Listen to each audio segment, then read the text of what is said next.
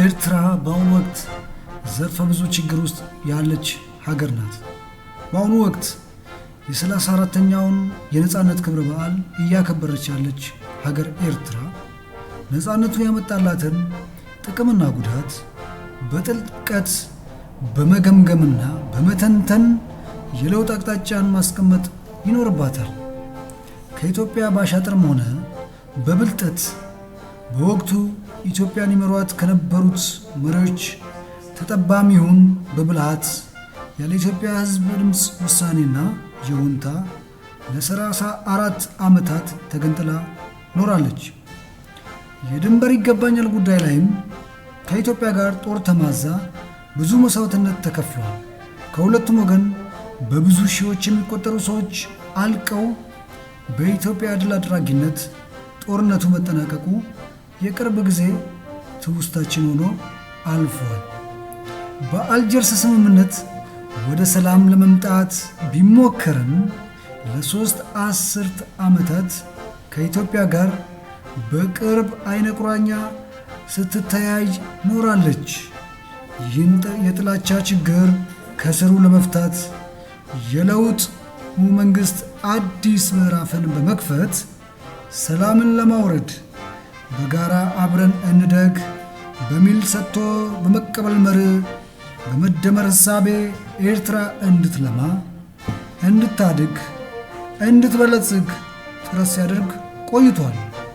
ለሁለቱ ሀገር የጋራ ተጠቃሚነት ውጤታማ ሊባል የሚችል የዲፕሎማሲ ሥራ ተሰርቶም ነበር። በሌላ በኩል የኤርትራ መንግስት ያረጀ ያፈጀና ዘመኑን የማይመጥን ሐሳብ ተሸክሞ በቅርቡ ኢትዮጵያ እያቀረበች ያለውን የወደብ ጥያቄና ፍላጎት በጥርጣሬ በማየት የፕሮፓጋንዳ መግለጫ እያወጣ ይገኛል። እንደ ማሳያ በአሁኑ ወቅት ኤርትራ 34ኛውን የነጻነት ክብረ በዓል ስታከብር ፕሬዝዳንት ኢሳያስ አፈወርቂ ለሕዝብ ያደረገውን ንግግር መመልከት ይቻላል። ለኢትዮጵያ ሕዝብና መንግስት ያለውን የተዛባ አስተሳሰብም በግላጭ ያሳየበትም ነበር።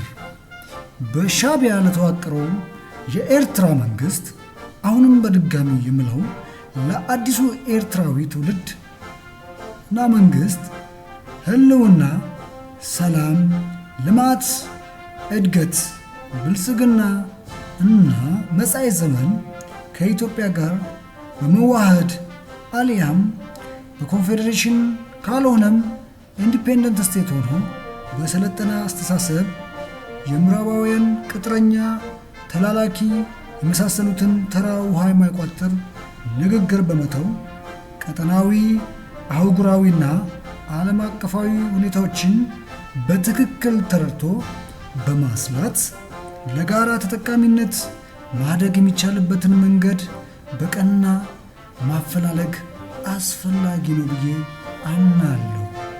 የሕዝብን ጥያቄና ፍላጎት በትክክል ተገንዝቦ መፍትሄ ማፈላለግም ይጠቅማል ብዬ አምናለሁ።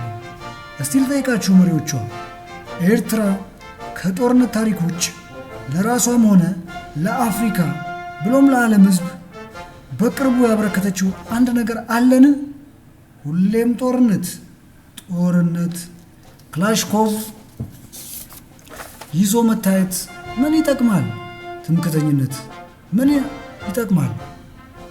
የዓለም ጭራ ከመሆን በስተቀር በሻዕቢያ የሚመራው መንግስት ለኤርትራም ሕዝብ ሆነ ለምስራቅ አፍሪካም አልፎም ለምዕራባውያን ሁሌ ስጋት እንደሆነ ነው። ለዚህ ነው የአፍሪካ ሰሜን ኮሪያ የሚሏት። እስቲ ከዚህ አይነት የአዙሪትና የቁልቁለት ጉዞ ውጡ፣ ከእኛም ተጠቀሙ፣ እኛም ከእናንተ እንጠቀም፣ አብረን እንልማ፣ አብረንም እንደግ። ከኢትዮጵያም ሆነ ከሁሉም ጋር ለመስማማት ሞክሩ፣ ልማት ስሩ። ሕዝባችሁ በተለያየ ዓለም ክፍላት ተንከራታች አይሁን፣ ሀገራችሁ የቆረቆዘች ሆነች። ልማት ከራቃት ዘመናት ተቆጠሩ። መሪዎቿ ለሕዝቡ ጆሮ የምትሰጡ ሁኑ። ስልጣንን ለአዲሱ ትውልድ አስረክቡ። አዲስ ሐሳብ ይዞ ይምጣ አዲሱ ትውልድ። መሪዎቿ ስልጣን እስከ መቃብር አታድርጉት። ከህወሓት ተማሩ። የኢትዮጵያንም ህዝብ ፍላጎት አድምጡ። በብልጠትና በጉልበት ከቀድሞ ኢትዮጵያን ከመሩት መሪዎች የነጠቃችሁትን ወደብ መልሱ። ሰላም ይሻላል። ወደብ ፍለጋ ኢትዮጵያ እዚያና እዚህ መኳተን የለባትም። ሐቋን በግፈኞች ሴራ ፖለቲካ ተነጥቃ ከታማኝ ምንጮች ባለን መረጃ መሰረት ኤርትራ ነፃነቷን እንድታገኝ መለስና ኢሳያስ የሰሩት ሴራ እንደሆነ አዲሱ ትውልድ መገንዘብ ችሏል። መለስም ቢሆን ህዝቡንም ሆነ የፖሊት ቢሮን አላወያየም ነበር ይህን ውሳኔ ሲወስን። የኢትዮጵያ ህዝብም አላመነበትም። ህዝበ ውሳኔም አላገኘም። ኢዲሞክራሲያዊና ፍትሃዊ በሆነ መንገድ የተገነጠለችው ኤርትራ አሁንም ደግሜ ልጠይቃችሁ መሪዎቿ፣ ከገነጠላችኋት በኋላ ለህዝቡ ምን ሰራችሁለት? ምንስ አስገኛችሁለት? ህዝቡ ያሳዝነኛል። ለኤርትራ ህዝብ የኢትዮጵያ ህዝብና ሀብት ከማንም በላይ ያስፈልገዋል። ለኢትዮጵያም ቢሆን እንደዛው። ፍትሃዊ መሆን ግን አስፈላጊ ነው። አሰብ ላይ የሰራችሁት ልማት ካለ እስቲ ንገሩን። እነኚህን ወደቦች ለማቆየት ስንትና ስንት የኢትዮጵያ ብርቅዬ ልጆች ተሰውቶበታል። ባለፉት መንግስታት ሁሉን ለታሪክ እንተው። ነፃነት ብቻውን ዳቦ አይሆንም። ነፃነት ብቻውን ልማት አይሆንም። ነፃነት ብቻውን ዲሞክራሲ አይሆንም። ፍትህም አይሆንም። እስከ ጥግ እየተቸገረ ያለ ህዝብ እየመሩ ነፃነት ብቻውን ጥቅም የለውም። ሀገር ለቆ በሰው ሀገር እየተሰቃየ ያለን ዜጋን ይዞ አልፎም እንደ ውሻ በሰው ሀገር ጎዳና ላይ እየተነካከሰ ያለ ህዝብን ይዞ ነፃነት ብቻውን ግብ አይደለም። ምንም መሰረተ ልማት ያልተገነባባቸውን አሮጌ ከተሞችን ይዞ ነፃነት ብቻውን ጥቅም የለውም። ተተኪ ትውልድን ወደ ስልጣን ሳያመጡ ዘመን ባለፈበት የፖለቲካል አይዲዮሎጂ እየተመሩ ነፃነት ብቻውን ምን ያደርጋል? ከጎረቤት ሀገራት ራስን አግሎ የማዕቀብ ክምር ተሸክሞ ነፃነት ብቻውን ፋይዳ የለውም። በሰከነ አእምሮ ነገሮችን ማየት ማሰላሰል ያስፈልጋል። ለኤርትራውያን መሪዎች የምናገረውን ስትሰሙ ምን አግብቶ ነው አንተን የምትነግረን ልትሉ ትችላላችሁ። ደፋርም ልትሉ ትችላላችሁ። እንደተለመደውም የስነ ልቦና ጦርነት ልትሉም ትችላላችሁ። የፈለጋችሁትን በሉ። ነገሩ እንዲህ ነው። ነገር ግን ትዝብቴን ደግሜ ልንገራችሁ። ብቻውን እንኳን ሀገር ግለሰብም የትም አይደርስም።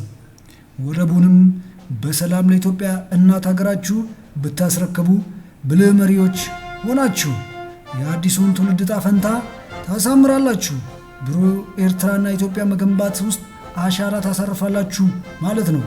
ካልሆነ ግን በዚያም ሆነ በዚህ ይህ አዲሱ ትውልድ ወደቡን ያስመልሳል። ከዓለም አቀፍ ሕዝብ ጋር በትክክልና በስርዓት በራሱ ወደብ ይገበያያል።